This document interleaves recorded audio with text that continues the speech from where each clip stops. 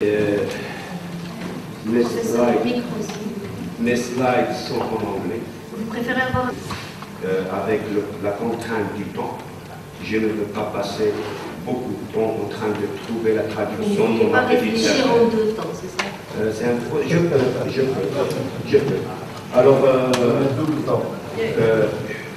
voilà, on a ma présentation serait partie en radiation solaire. Je vais essayer de parler un peu de PV et puis ça me mènera vers des multijonctions et puis ça sera la base pour appliquer le CPV, le photovoltaïque à concentration. Et puis là, lorsqu'on parle de CPV, on parle de l'optique, des systèmes optiques qui font le CPV, le tracking, le suiveur du soleil, la gestion de chaleur. Et puis, je vais montrer comment un système CPV est installé. Et je prends le cas de la Hawaï comme cas, puis je parle du marché actuel de CPV-là.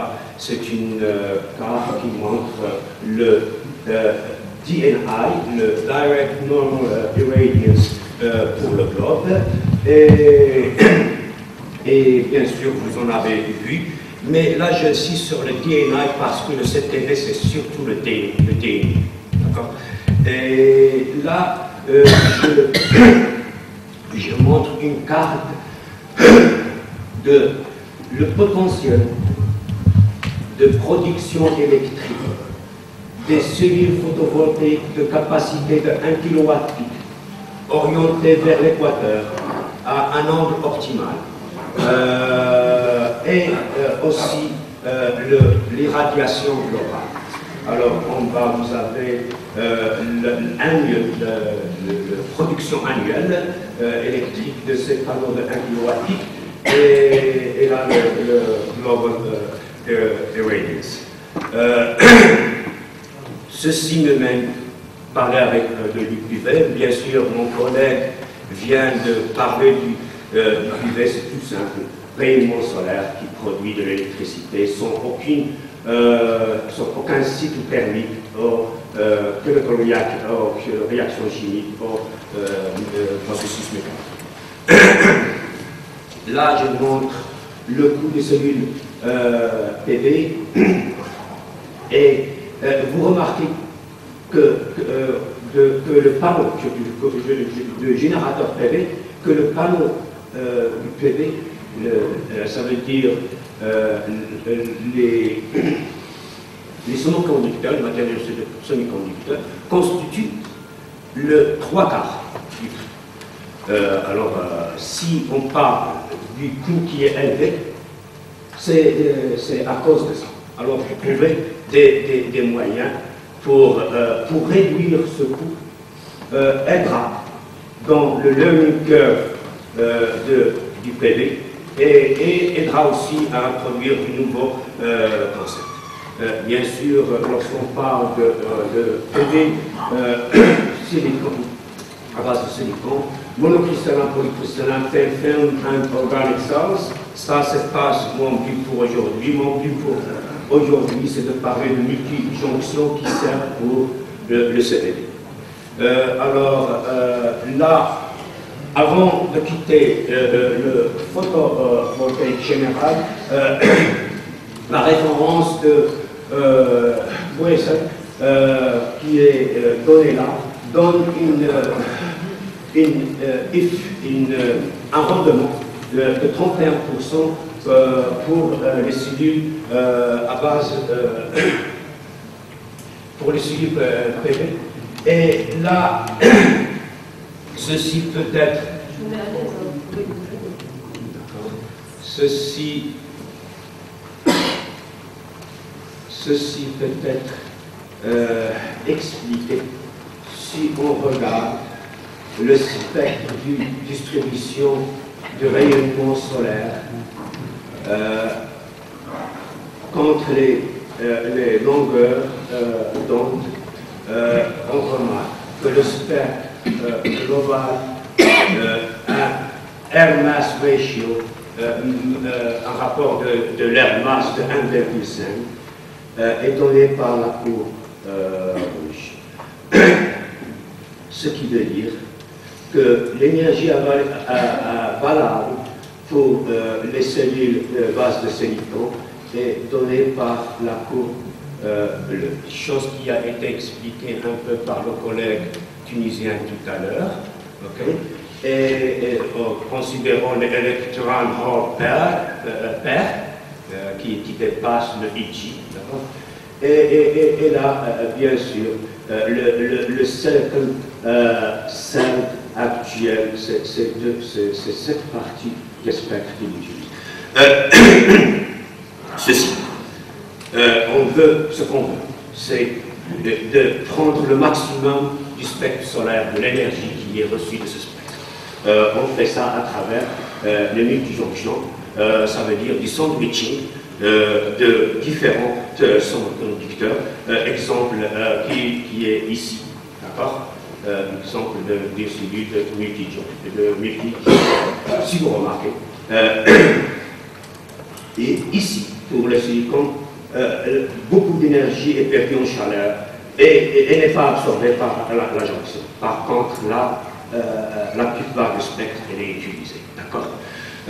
Ces cellules ont un rendement qui augmente avec le nombre des couches qu'on met. L'augmentation du rendement en nombre de pièges jonction est montré ici. Ce qui est en bleu, c'est pour un air mass ratio de 0. Solar constant. And ce qui est en rouge, c'est pour un air mass ratio de 1,5 avec une concentration de 500. Je parlerai de concentration tout de suite. Et là, c'est le NRO, National Renewable Energy Laboratory aux États-Unis, qui a fait cette graphe.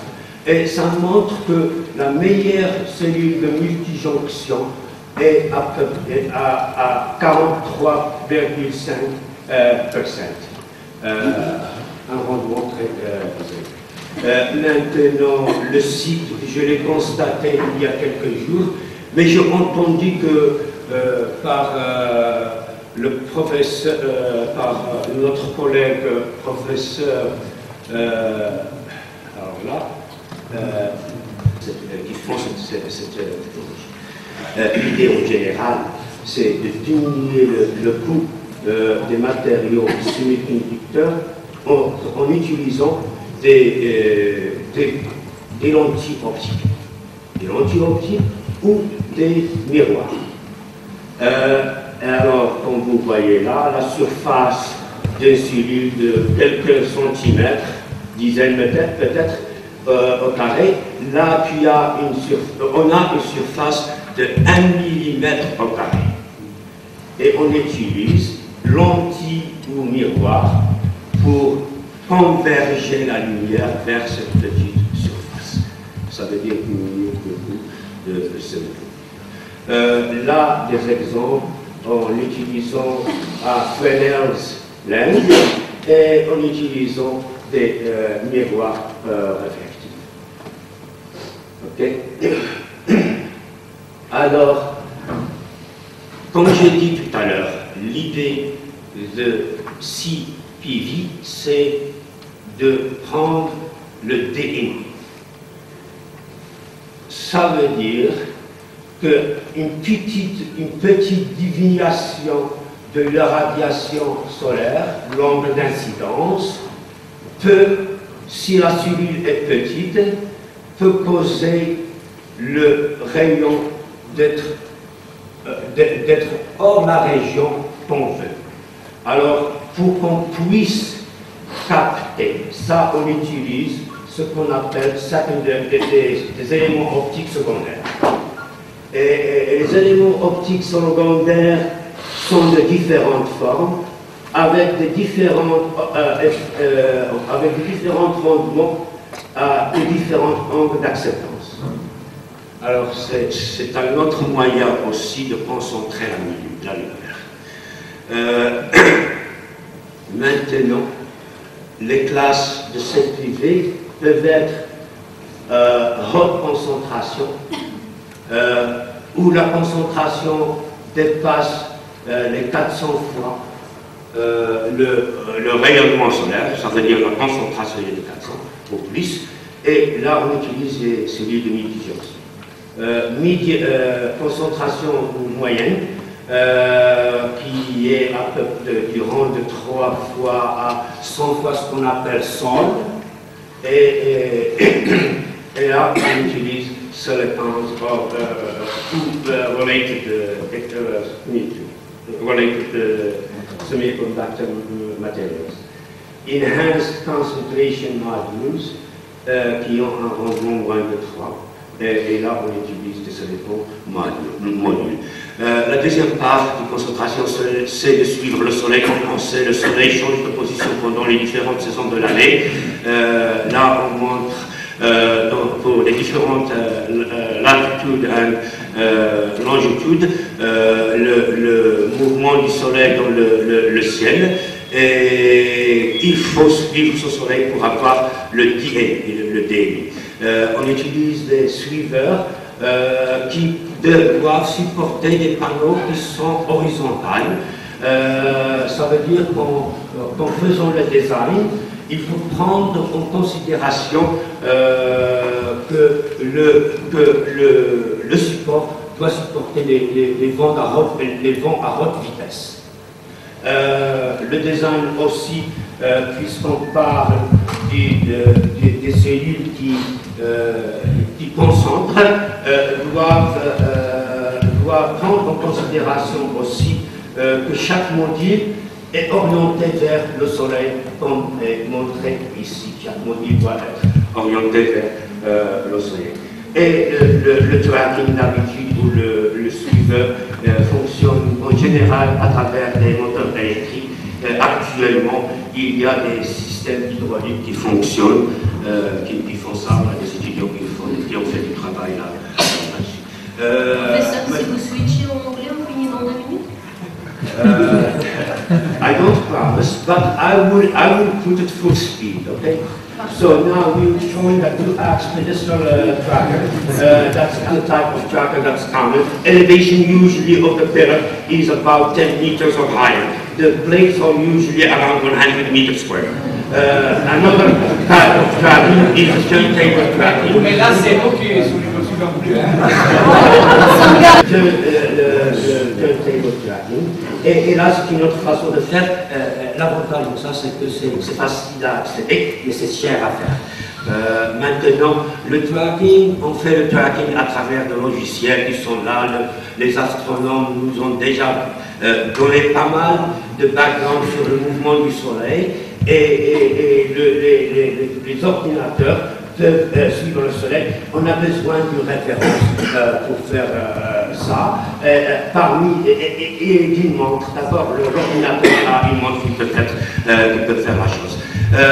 Bien sûr, lorsqu'on concentre, la température augmente, l'efficacité diminue. Alors, bien sûr, il faut trouver un moyen de dégager ces chaleurs. Le moyen le plus simple, c'est de mettre un liquide. Il y a beaucoup de recherches qui se fait de mettre les liquides dans le panneau et mettre des dissipateurs de chaleur comme le cuivre de surface de quelques centimètres square au carré. Un système de isophoton qui utilise ça à Ifrane. Alors on a commencé de zéro, c'était un projet de FP7 que l'ONI a apporté à la IOI et que j'ai suivi personnellement pour le montage. Alors c'est le groundwork. On a fait après les PR. C'était très impressionnant de voir comment le tout se faisait et de gérer tout ça. Maintenant, l'assembly mécanicale, choses qui peuvent être faites au Maroc, à part cette partie-ci qui est en haut. Electrical assembly, cabling and sensor. On a une station météorologique qui mesure les radiations directes normales and global wind conditions. And finalement le produit final, qui a été supposé de donner 28,5 kWp, mais dû à la position de Ifrane, on a remarqué que le rendement était à 30 kWp. Là, c'est l'élévation qui est, le manque de pollution aussi. Avec un performance ratio qui est montré en rouge, on a arrivé à peu près de 80%. On a dans la station un système SCADA qui contrôle tout le fonctionnement du système. Là, on montre le rendement pour une journée qui est en rouge, qui montre la puissance AC pour une journée, et l'irradiation DNI pour une journée typique à Ifrane. Voilà une graphe qui montre le AC Energy pour les différentes journées et le DNI pour les différentes journées à Ifrane. Et finalement, où est-ce qu'il est le marché actuellement de l'eau? Ce qui est sûr, c'est une industrie qui est nouvelle par rapport à cet été. Et